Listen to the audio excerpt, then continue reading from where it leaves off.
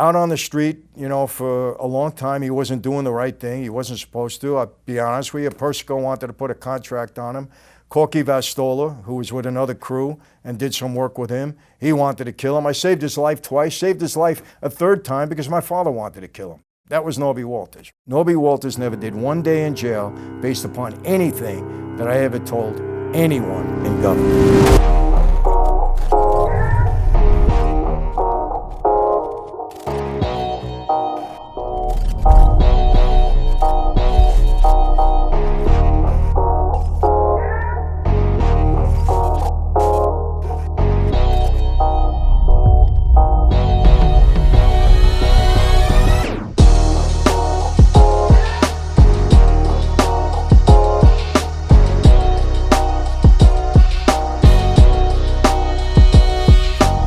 Hey everyone, welcome to another Sit Down with Michael Franzese. Hope everybody's doing great. Hope you're enjoying the summertime. Anyway, what's happening today? Gonna tell you a little story. I keep getting asked about this whole Norby Walters situation. So I'll tell you a little bit about it today. Not gonna get into all the detail, but just a little bit about it. It has something to do with the prison that I was in. When I first get into prison, most of you know what went down with me already. I took a plea for a big racketeering case in the Eastern District of New York, the feds.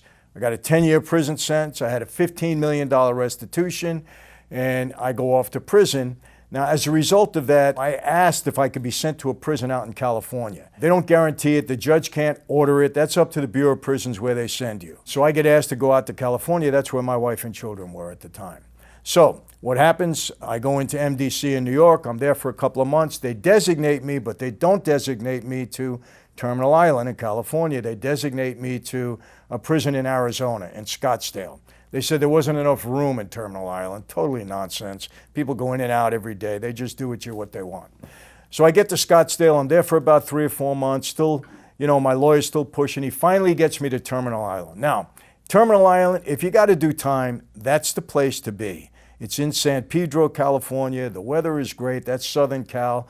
It's right on the water. It's great. It's surrounded by water on 3 sides. If you're going to do prison time, that's the place to go. Now, they have 2 yards, the North Yard and the South Yard. North Yard, they're all dorms. You don't want to be there, but they don't normally put you right in the South Yard. Got to kind of work your way back.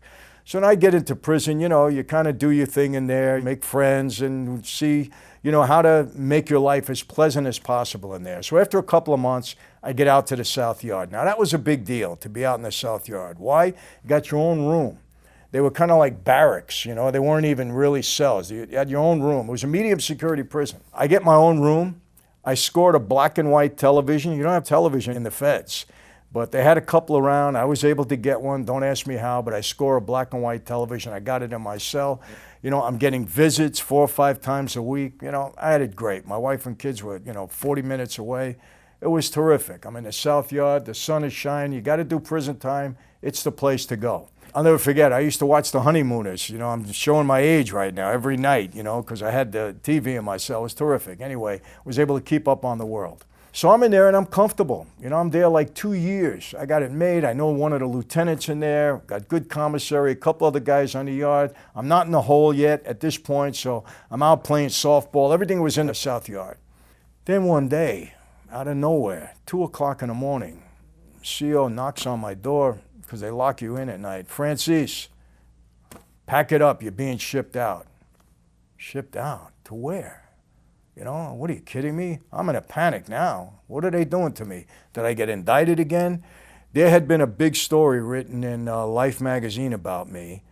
And I'm saying, man, is the government upset with this story? Are they retaliating in some way? I had no idea. No idea whatsoever. So anyway, it's too late to call my lawyer. I can't get to a phone, not till the next day. I don't know where I'm going. And when they transport you like that, you don't know where you're going. They don't tell you for security purposes. You have no idea. I finally get one of the COs and I said, where am I going? And he said, you're going to Chicago.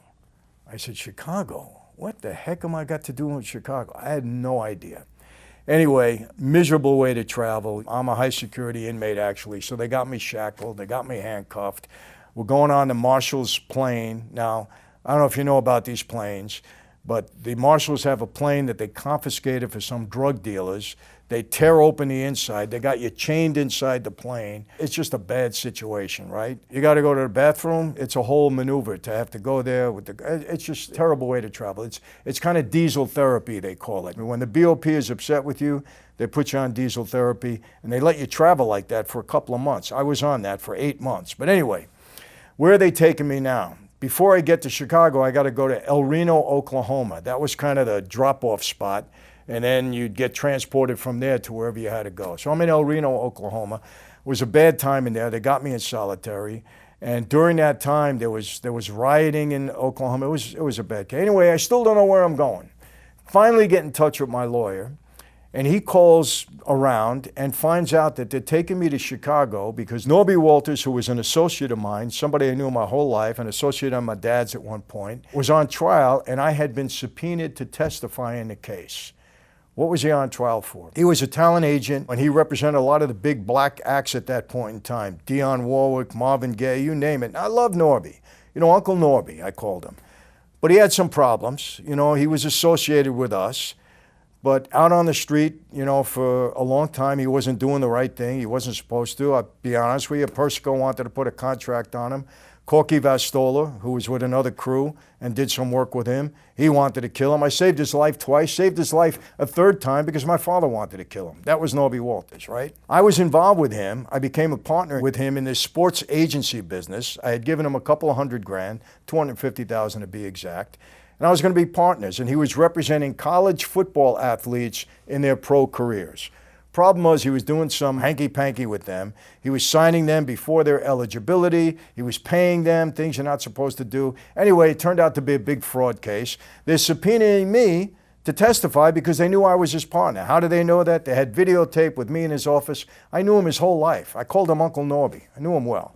And they knew that I had given him money for this thing. I tell my lawyer, look, tell them not to take me to Chicago. If they want to talk to me about it, send me back to California. Come meet me out there because by the time I get to them in Chicago, they can send me back to California. I'll probably get back there quicker.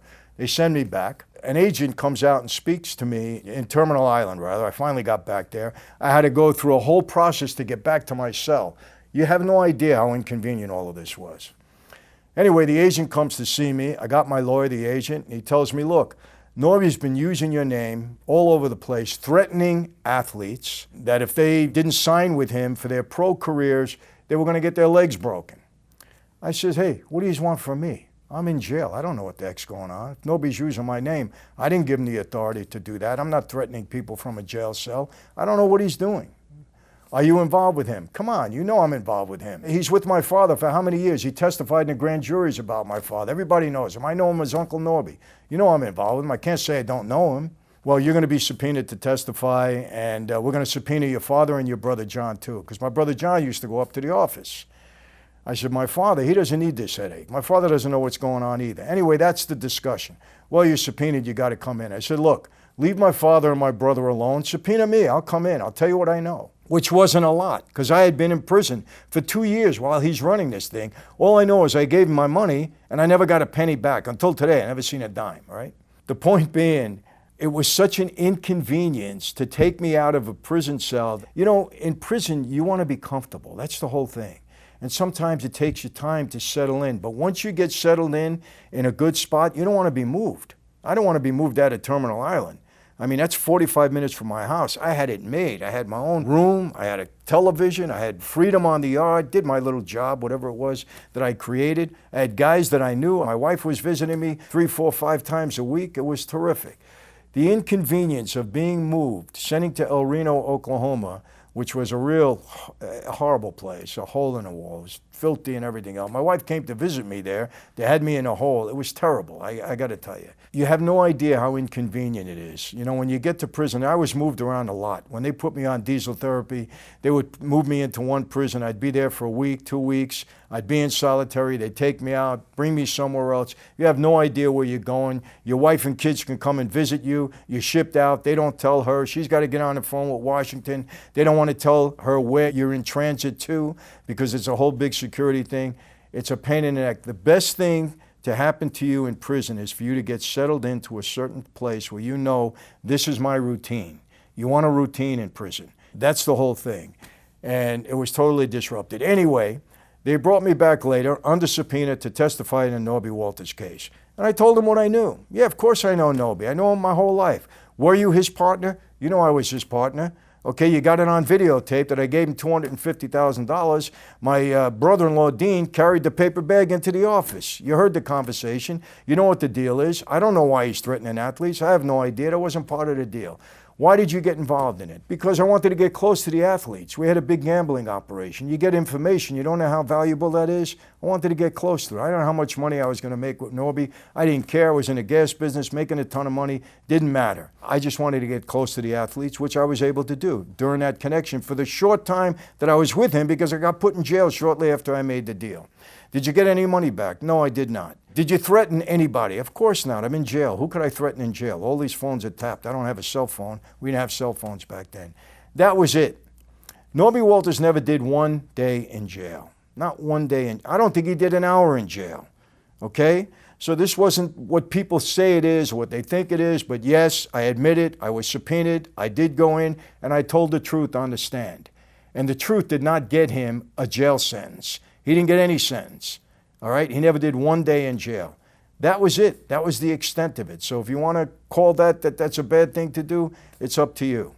All right? But I can tell you this, Norby Walters never did 1 day in jail based upon anything that I ever told anyone in government.